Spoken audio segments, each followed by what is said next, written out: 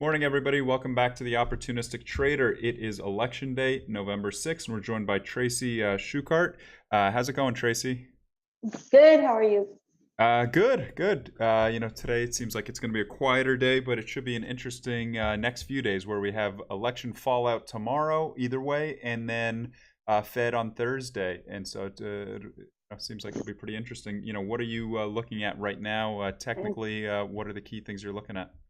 Obviously, if we're looking for election results. I posted some information on the chat this morning from Nordea because I think that's going to make a difference whether the Republicans sweep or, if we have a split. Now, I think it's probably going to be bullish either way, but less bullish if it's split. So, I think that, we could see it. In other words, I think we could see a huge rally if it's, a total sweep. And then I think that, we'll probably see much less of a rally, and the market could even sell off initially if we have kind of a split, because that sort of means that all of, anything Trump wants to get passed is going to be, subject to filibusters and probably, won't have a big chance of getting through. Well, I think there'll be a fair amount more choppiness if it's split and it's, overnight trading, even just going back to 2 years ago election, it's less liquid and there's a lot less certainty and a lot less players are involved. And so there's going to be a lot of choppiness tonight. And then, when things kind of settle out even tomorrow morning, I think there are going to be a lot of people kind of scratching their head. Okay, where do we even go from here? What does this even mean? Because a lot of people look at this as a key catalyst, and then it's like, okay, we're done now. We might have, if it comes in split, that's kind of what the market is expecting. But okay, what do we do here? Because I've heard a lot of people talking how that's supposed to be positive.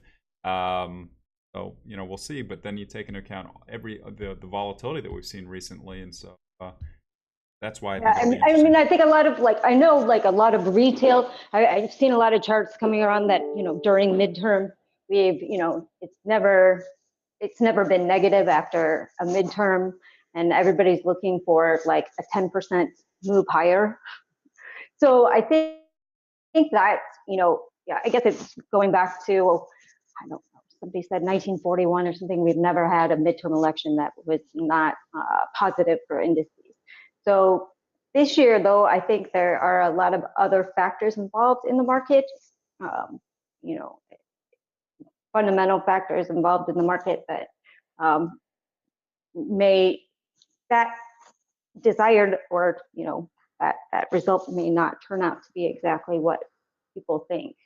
Yeah, I heard that stat this morning as well that the year following the midterms is typically one of the more bullish years in a market cycle, which would be technically the next 12 months. But like you said, I think there's a lot to be said still with, I was even just detailing before, whether it be where yields are, what's going on with Right. US-China tariffs, what's going on with Saudi Arabia, what's going on with Iran. There's a lot of different things. But I think also the bullish people would also probably point to everything I'm just saying and saying, that's the market and that's the wall of worry that they always climb. Right. I think that the thing is, I know a lot of people are trying to figure out, you know, Trump's talking, yeah, we're going to make a trade deal with China, the G20, where, we're going to sit down to dinner, whatever that means. Um, I think that there is a possibility that that comes off the table as soon as midterms are over. In other words, that it's just a bunch of talk, because I don't really think China's going to concede to the list that the U.S. has given them. And then we also have the possibility of a rate hike coming up in December, which is another, factor for the market to digest.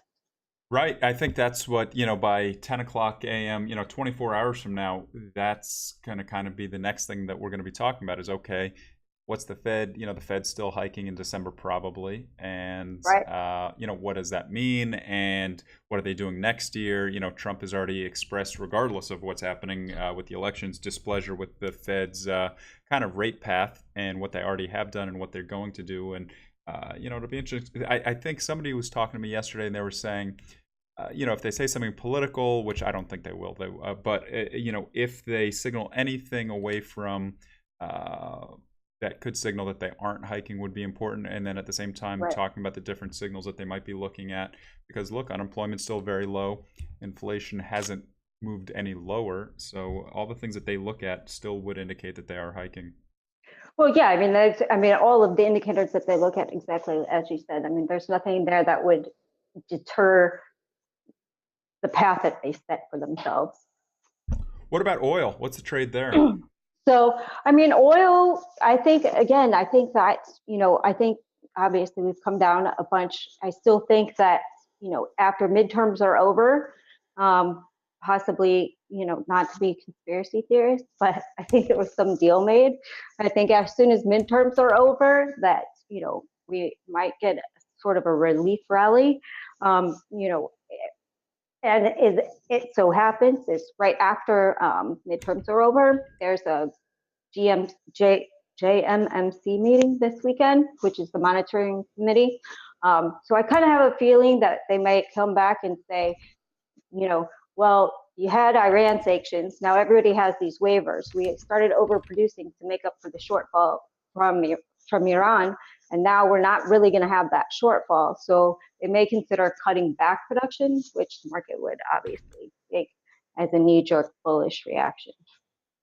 Yeah, it's been straight down. Not many up days, and even just noting the price action over the past few days has been any sort of overnight rally, like maybe even in the London session, any sort of strength has been sold in the by noon Eastern time. We saw that yesterday. We're seeing it again today. I think Definitely, what I think we're seeing during U.S. session is really, fund liquidation, because you had, I mean, there aren't a lot of huge oil only funds left. There is Enron, but every time this market goes down, he has to deleverage. So, that pushes the market down even further because he's forced selling on the market. absolutely. So what you're thinking that once the election's out of the way, there might be some reason for bids? Yeah, I would be surprised if we didn't see some sort of relief rally, at least at 65, 66. It is a seasonal short, but generally, also if you look at seasonal charts, generally the second week in November, we do have somewhat of a relief rally before it continues down. So kind of looking at all these factors, fundamentally, it just kind of fits into the picture. We have midterms over, we have this meeting, and we also have the seasonals. So that's kind of what I'm looking at. On a fundamental basis. What about the dollar? Anything? Is there a trade there, or just sitting around here at 114 in the euro on either side? I mean, I think we're kind of rangy right here. I don't, I think again, a lot of it's going to have to do with trade. You want to see what China's going to, China going to start deleveraging. I can't use that word. Yuan. Again, again, what's going to happen with rate hikes and things like that. I mean, I don't really see a trade right here in euro or USD, like for any link for any kind of swing trade or anything. Right. I mean, there's intraday trading. I'm biased to the upside temporarily on euro, but again, we're really kind of just range bound. And that's purely technically, right? Right.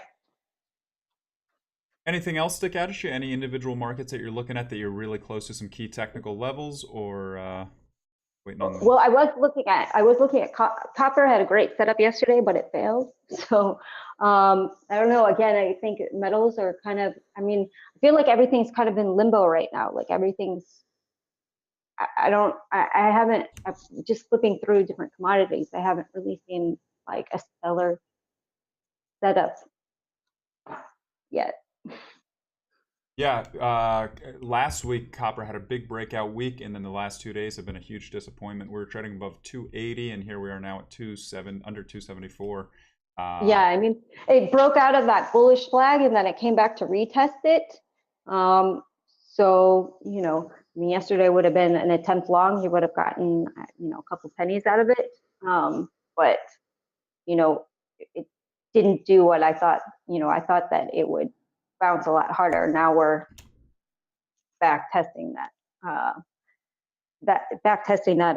flag breakout. However, should be noticed that seasonals suggest that January is the breakout month for copper. So, if you're trading copper, it's probably the month to start looking for setups. Yeah. I think Adam Collins was on with us Monday talking about that. Right. That's interesting time, both with energy markets and with metals. It's interesting seasonality with November and December. And then we're also, on seasonalities, November, December is also typically a pretty bullish time for U.S. equities. Also something. Right. Looking at your Christmas rally, right? Old Santa rally. That's everybody. That's exactly what everybody's looking for. I mean, everybody's counting on, midterm elections are bullish and, Santa rally. So, we're going back to 2,900. We're going to make a 10% move. I'm not exactly sure that's going to play out the same way, but definitely something to be watching. Yeah, well, we had that sharp sell-off in February. We had another sharp sell-off in October. We'll see if this time's different than March and April. Right. There's definitely some people already getting back in there in that buy the dip mentality. That said, the one thing, if you take a look at VIX right now, VIX is still remaining above 20. It's at 2020. The DEES futures, though, as a matter of fact, are at 1855, which is basically implying that, the VIX is going to be coming in. So, we'll keep a close eye on things. It's definitely going to be interesting tonight and tomorrow. So, as a trader, are you going to be trading tonight, or are you just going to hold off and wait till tomorrow morning? I probably, I probably would not attempt to trade it unless I saw something, really spectacular. Spectacular, like 2 years ago when S&P went limit down. Yeah, like something like that. That was a pretty wild night. That would make me really happy. Did you trade that night? So no, I didn't. I should have. But no, I didn't. We also had, I forgot, we have API coming up tonight. Don't forget, and we have EIA tomorrow for crude. To me, this sold off a little too much before inventory numbers. So, again, that could cause a little bit of a bounce too, depending on what it is.